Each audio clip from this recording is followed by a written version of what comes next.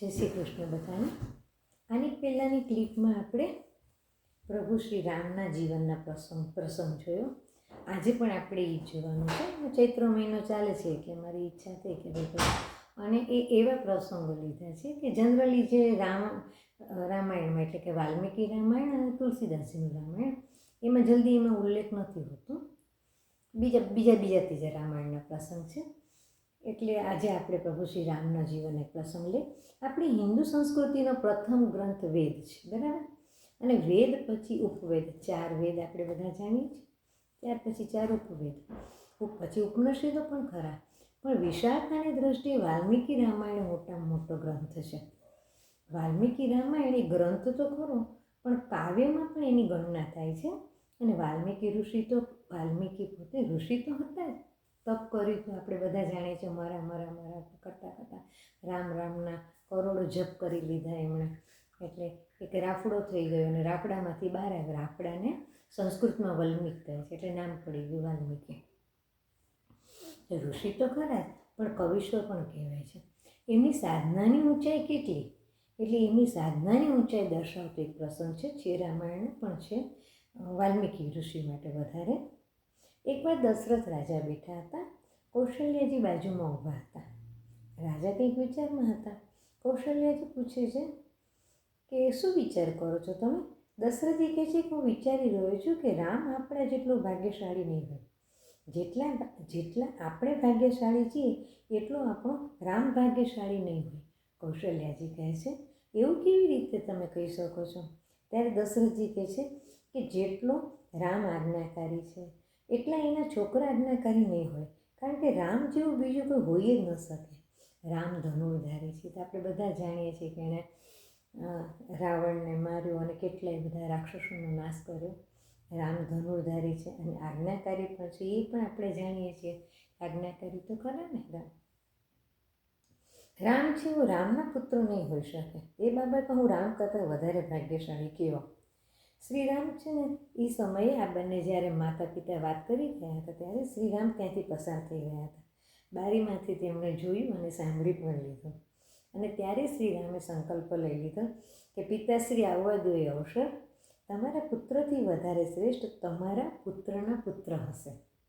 તમારા પુત્રથી વધારે શ્રેષ્ઠ તમારા પુત્રના પુત્ર હશે. અને એ શ્રેષ્ઠતા આ રામ તમારો દીકરો રામ એ શ્રેષ્ઠતા પુરવાર કરીને બતાવશે. હવે જ્યારે વાલ્મીકી ઋષિના આશ્રમમાં બંને આપણે જાણીએ છીએ કે સીતાજીનો પછી ત્યાગ થયો અને 2 બાળકો થયા એમને. અને વાલ્મીકી ઋષિના આશ્રમમાં એમણે મૂક્યા હતા, બરાબર.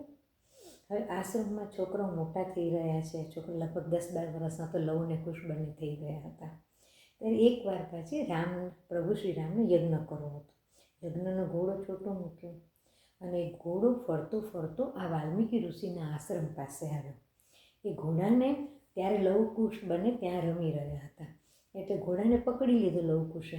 રામના ઘોડાને લવકુશ પકડી લે એટલે રામ કરતાં તો લવકુશ બહાદુર કહેવાય ને. અને પહેલાં એવું હતું કે ભાઈ જે ઘોડાને પકડે ને એની સાથે લડાઈ કરવી પડે. જે જીતે, જે ઘોડો જેના કબજામાં આવી જાય એ પછી સામેવાળાને યજ્ઞ ન કરવા દે એવી રીતે. અને યજ્ઞ કરવું હોય તો ઘોડો જીતી લેવો પડે. રામ કરતાં લવકુશ તો બહાદુર કહેવાય. ઘોડો પકડી લીધો હતો. સીતાજી પછી પૂરી કરે આ શું કર્યું તમે? આ ઘોડો ક્યાંથી લઈ આવ્યા તમે? અને લવકુશે કહ્યું કે ઘોડાના ગળામાં એક પતરું બાંધ્યું છે. એમાં લખ્યું છે કે આ યજ્ઞનો ઘોડો છે, જે પકડશે એને યુદ્ધ કરવું પડશે. હવે ઘોડાને છોડાવવા જે આવશે એને અમે જોઈ લેશું. બાળકો તો સૌ નાના છે, પણ વાત એક ધનુર્ધારી ક્ષત્રિય જેવી કરી. અને બન્યું પણ એવું જ કે પહેલાં તો શત્રુઘ્ન ગયા ત્યાં આગળ. શત્રુઘ્ન ગયા, એ પણ હારી ગયા. એ પણ યુદ્ધમાં જીતી ન શક્યા લવકુશને. પછી ભરતજી ગયા, એ પણ હારી ગયા. પછી હનુમાનજીને મોકલ્યા. તો હનુમાનજીને તો રસ્સીમાં પકડીને લઈ આવ્યા જાનકીજીની પાસે. જાનકીજી તો ઓળખી જાય ને હનુમાનજીને. સીતાજીએ કહ્યું આ તમે શું કરો છો? આ તો હનુમાનજી છે. લવકુશ બોલે અમને એમ કે આ તો બંદર છે, બંદરને પકડીને લઈ જાય, આની સાથે રમવાની મજા આવશે. સીતાજી કહે આવું ન બોલો. અને હનુમાનજી તો દોરડામાં વીંટાયેલા હતા પણ પોતે હસી રહ્યા હતા. કારણ કે રામના બાળકો હતા ને, હસી રહ્યા હતા. એમની તો બાળકોમાં રામજીને દર્શન થાય છે. અને એવું નથી કે રામજીના પુત્રો હતા એટલે હનુમાનજી બંધાઈ ગયા.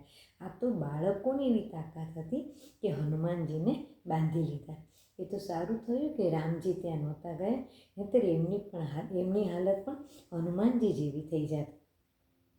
આમ વાલ્મીકીજીની સન્નિધિમાં વાલ્મીકીજીના ચરણના આશ્રયે બાળકોને મૂકીને રામજીએ સાબિત કરી બતાવ્યું કે જે વાલ્મીકીજીના સાનિધ્યમાં રહે એ રામ કરતાં ઉતરતા નહીં, રામ કરતાં ચડિયાતા જ બની શકે. આવા હતા વાલ્મીકી ઋષિ. અને હિન્દુ સમાજ પર એમનો બહુ મોટો ઉપકાર છે, કારણ કે એમનું જે વાલ્મીકી રામાયણ છે ને એ કહેવાય છે કે વેદ પછીનો સૌથી મોટો વિશાળ ગ્રંથ છે હિન્દુ સમાજ પર. અને એ વાલ્મીકી જ કંઈક કહે છે કે તુલસીજી બનીને આવ્યા ને પછી ગ્રામ્ય ગીરામાં તુલસીદાસજીના રામાયણની રચના થઈ. એટલે હિન્દુ સમાજ પર વાલ્મીકી ઋષિનો બહુ મોટો ઉપકાર કહેવાય. અસ્તુ, જય શ્રી કૃષ્ણ. આ પ્રસંગ બધા રામાયણમાં નથી હોતો એટલે મેં લીધો છે આમાં. આ બીજી ક્લિપમાં બીજો પ્રસંગ જોઈશું. અસ્તુ, જય શ્રી કૃષ્ણ.